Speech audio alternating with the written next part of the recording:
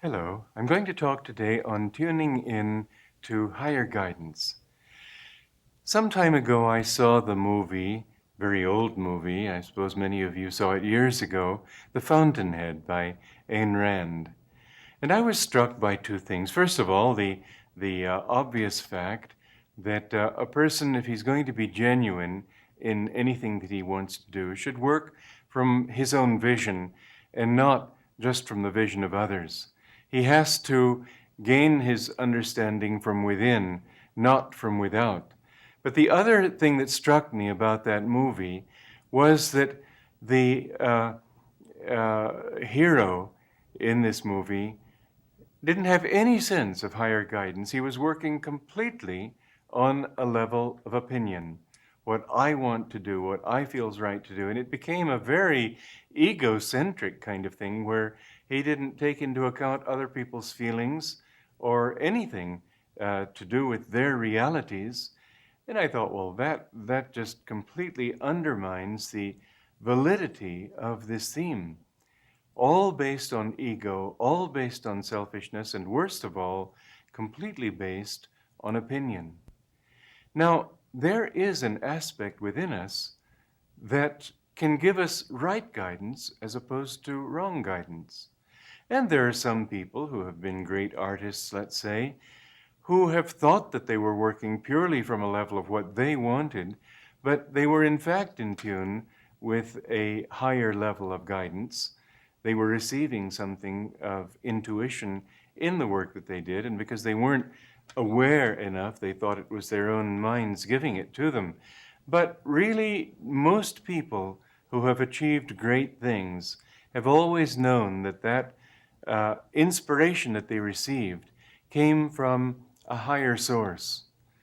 We all have that potential within us, and we should all try to work more from and within that potential. The guidance that we're looking for is not a voice bellowing out of the clouds telling us to do so and so. It's some kind of certainty within ourselves that comes from that divine part of our nature, and through which nature the infinite God is able to actually talk to us and tell us what we need to do. We all have that guidance and don't really know usually whether we're getting true guidance or just our own imagination. We don't know how to tune into it, in other words. And so the topic today has three aspects to it. One is that we have to go within. We have to be led and guided from within rather than just by the opinions and likes and dislikes and conditioned ways of looking at things that most people, unfortunately, live by. The second thing is that we have to get above the level of mere opinion. We have to recognize that there is a level of truth that we can reach. And the third thing is how to tune into that level of truth, how to recognize it, how to be sensitive to that voice which speaks to us basically in silence. Now, the important thing is, first of all, to withdraw ourselves from just what seems reasonable or what other people think. It would be good when people get very enthusiastic about things to sort of step back a little bit, because in their very enthusiasm, unless it's a calm and directed enthusiasm, if it's merely excitement, the probability is that they're going to be wrong to some degree or another anyway. So when people come to you all excited about something, that's a sure cue to you to sort of inwardly just withdraw a little bit. It doesn't mean that you have to be a wet blanket. You can enter into their enthusiasm on that level, but inwardly you should still feel, yes, but I want to know whether this is right or not. If it's a question of real right or wrong and not let's go skiing or something. But even in such an episode as somebody coming to you and saying, let's go to a party, let's go skiing, let's do so-and-so, it would be good always to keep a mental habit of sort of standing a little bit back from yourself and watching yourself. Don't get so involved in an emotional thing that becomes your normal way of dealing with things, normal way of responding. Make it a habit that always, no matter what confronts you, check it with your inner self. Don't answer a person right away when he speaks to you. Just feel. I've found in my life that I've made lots of mistakes until I learned this truth. I made lots of mistakes by simply speaking too quickly. Sometimes what I said was right, but it wasn't right for him. And this is the thing that you need to feel. Is it true? Is it right for him? Is it right for the circumstances we're talking about? Will it help matters? You need to ask yourself these inner questions before you respond. And you'll find that this can become a mental habit where you're always sort of partly looking, watching, and judging everything, relating everything back to the calmness within and feeling before you speak. You see, and a much more pernicious aspect of this than just a sort of emotional enthusiasm is the power of reason, which can show us all sorts of reasons why something has to be so. And yet, time and again, in our lives and throughout history, reason has been proved to be wrong. Reason has made massive mistakes. Reason without guidance of intuition, without inner guidance, is just as prone to error as just emotions. So people can come to you and say, look, this makes sense, doesn't it? You can say, yes, it makes sense, but I need to feel it first. Become calm inwardly. Relate what you see to that inner feeling. Now then, apart from reason and opinions and excitement, there is also the question of how do you tune into that inner feeling yourself? The answer to that is twofold. First of all, you need to become calm. You'll never get it if you're excited. You'll only get it in that moment of calmness. Now, mind you, that calmness can come like that. It isn't as if you have to take a long time calming your mind. You have to get into that inner focus where you can just command that intuition to give you an answer, give you an inspiration, whatever it is, at will, in a moment. The next thing is that you will do it if you recognize that we have a superconscious as well as a subconscious. The subconscious is the lower part. It's that baggage we've brought up with us from the animal level in our evolution. It's that part that we've brought up to a conscious level from our infancy and childhood, sort of trying to bring things to a conscious level so we can deal with them. But the conscious level, the rational mind, is not capable of dealing with things in a clear or infallible way, where the superconscious mind is. The conscious mind sees things broken up. It analyzes. It sees things different from other things. It sees solutions different from problems, answers separate from questions, where the superconscious mind sees it all as a oneness. There is within everybody a superconscious level. You'll read in books and magazines and so on sometimes the advice to let your subconscious solve the problem for you. Well, the subconscious doesn't solve it. What they are really meaning, and don't understand it, is that you let your superconscious solve it for you. You offer it to the inner peace, inner silence, and they think, well, that'll come when I go to sleep and I get answers. And many times things will come to you in sleep, but it won't be the subconscious giving it. It's the fact that your mind is calm enough so that the superconscious can come through and give it to you, even through the subconscious in your sleep state. I've found, for example, that many of my melodies have come to me as I woke up in the morning. I dreamed them, and then there they are. Many answers that I've been looking for, I get in a dream, or I find on awaking. They just sort of given to me at that moment. But it doesn't come from the subconscious. It comes from the super. Now, the superconscious is above the conscious mind in a physical way, just as the subconscious comes from the lower part of our body, from the back of our brain. The superconscious comes from the frontal lobe of the brain, from the physically upper part of our bodies. And this is to say then that whenever you want guidance in anything, first of all, calm your mind, meditate a little bit. It's very, very important for this process. Get very calm in meditation. And if you can feel some sort of a divine response, inner peace coming upon you, or some sort of presence, much better.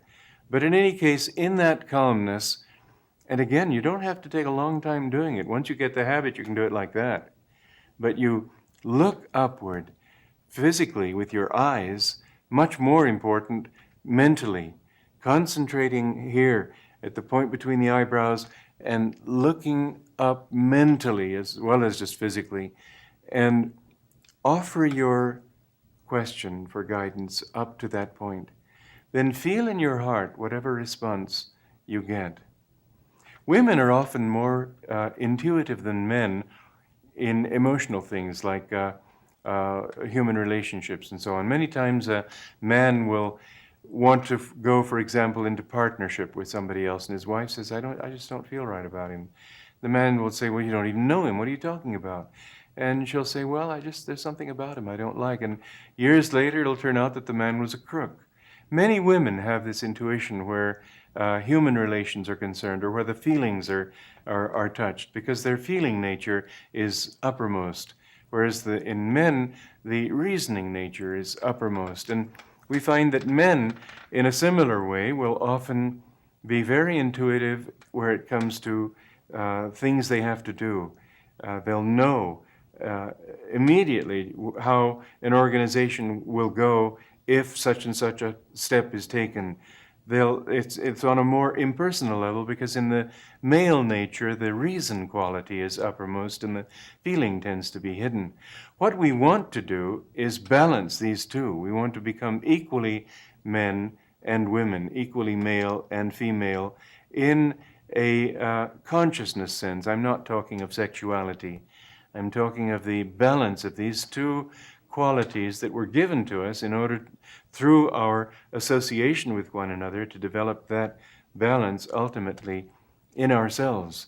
But both reason and feeling need to be kept in that calm state. In that way, feeling becomes joined to reason, and feeling is the intuitive quality. But when feeling becomes joined to that reason, you don't know why it feels right, but you know it is right, and it will prove to be so.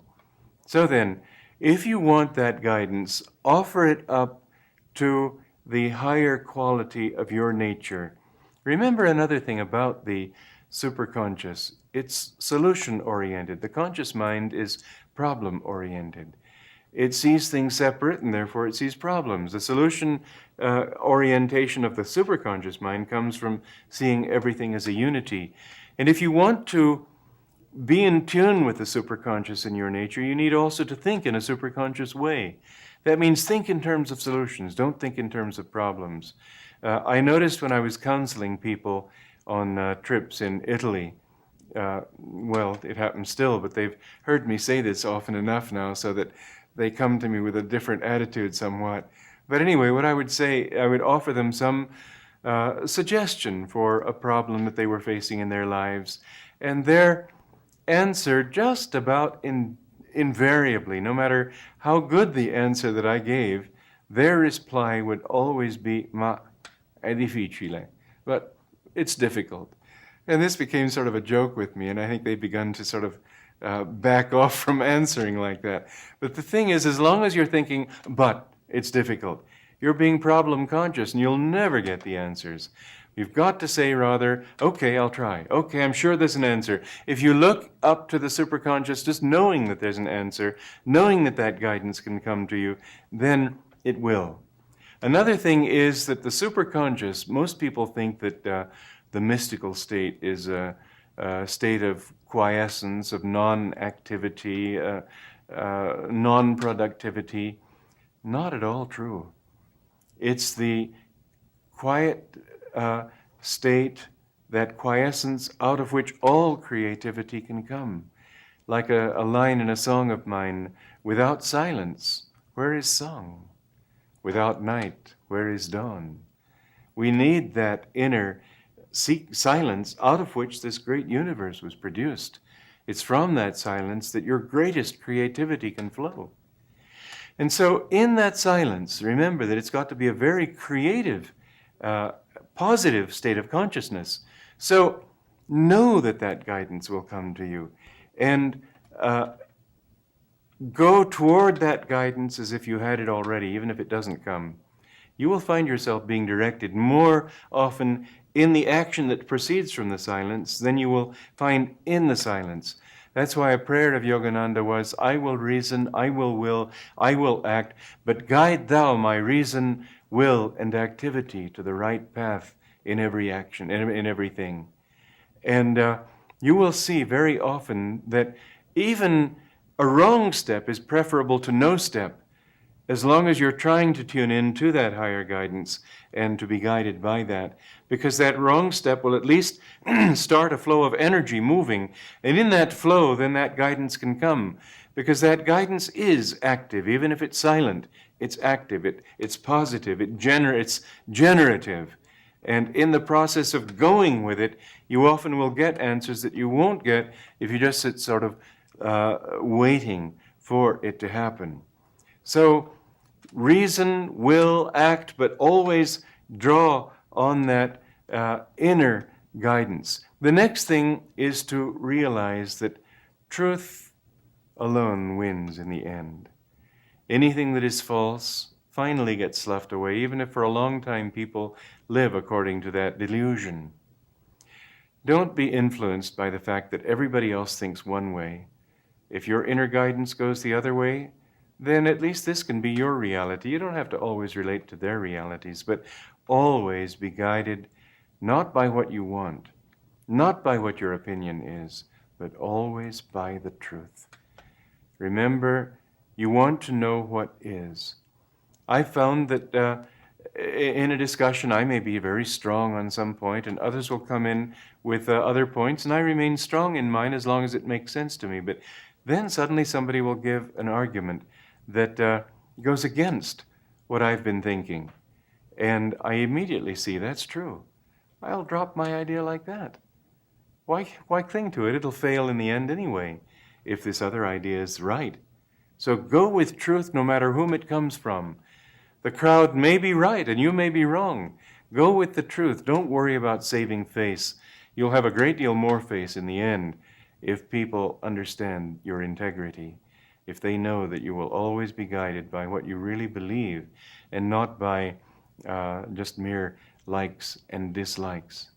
So another thing then is, first of all, you pray, you meditate, you try to receive that guidance. If it doesn't come clearly, act it out. But then in the action, always listen inside. Always sort of feel, is this still right? Is it still wrong? There'll be always one thing coming to you. If the thing that you're doing or thinking isn't right, there will come a certain disharmony here in the heart. You'll just feel a certain nervousness, a certain restlessness. Watch that feeling. Remember that intuition is like a muscle. You have to use it. And the more you use it, the more it develops. But if you don't use it, then it will let you down in important moments of your life. So use it. And if you ever feel that, don't go against that feeling. Sometimes your own feeling can be self-delusive, but by and large, the more you work with it, the more you'll find that when that feeling's wrong, don't do it, no matter how urgent it may seem, no matter how many people are pressing you, don't do it. And if you feel it's right, they may want you to delay, don't worry about it. Do it. Do it. Often you will find that in doing it at that moment, it will turn out to be the only time you could have done it, and it was right for you. But to tune into higher guidance, remember that there's something much more in store for your understanding than what you can think to arrive at your solutions. You have to receive your answers from God, from angels, whatever you want to say, but ultimately it comes down to your own higher nature, because in any case, it's through that the truth has to work. Your own higher nature, not just your thinking mind. In that stillness, you can get answers to any problem you may have. Joy to you.